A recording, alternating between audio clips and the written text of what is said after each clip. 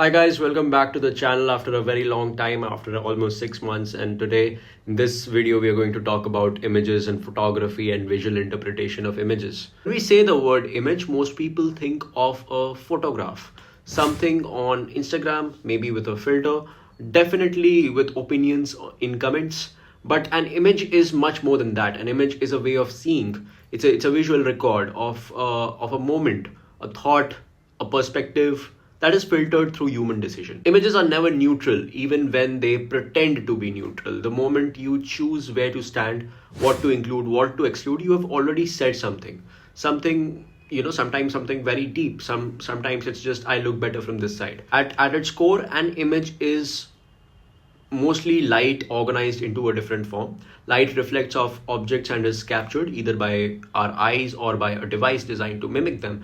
That device is called camera. Talking about the device, a camera. Camera is not creative.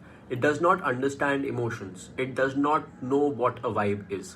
Camera is simply a light tight box that controls how much light enters, for how long, on what surface.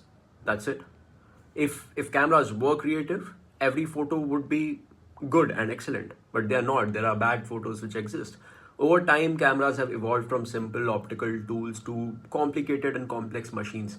We now have different brands: Canon, Nikon, Sony, Fujifilm. Each comes with a different sensor, lens, and very strong opinions online.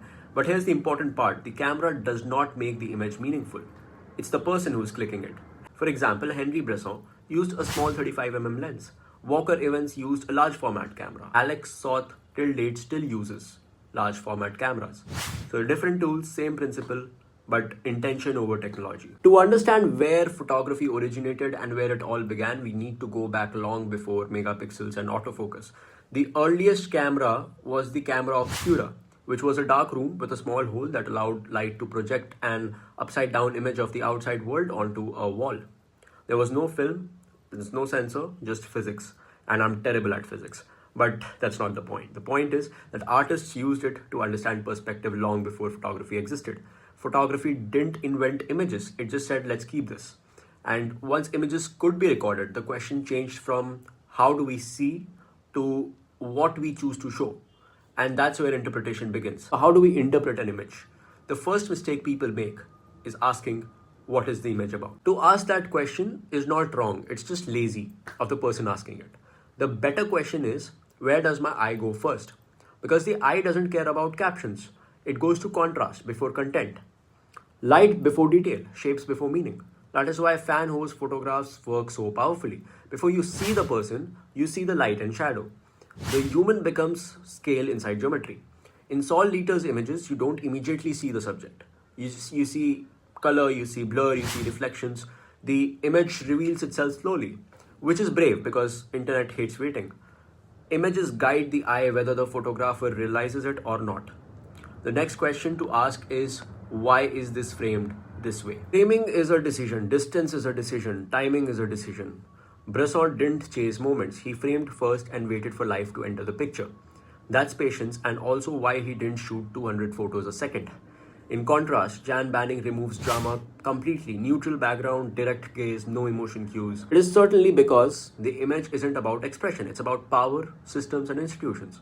Another important question is, what is missing in the image? Every photograph is an act of exclusion. What's outside the frame matters just as much as what's inside it. Walker Evans clicked America during the Great Depression, not to dramatize suffering, but to show everyday life under pressure. Alex Soth clicks empty rooms, handwritten notes, personal spaces, because absence tells its own story.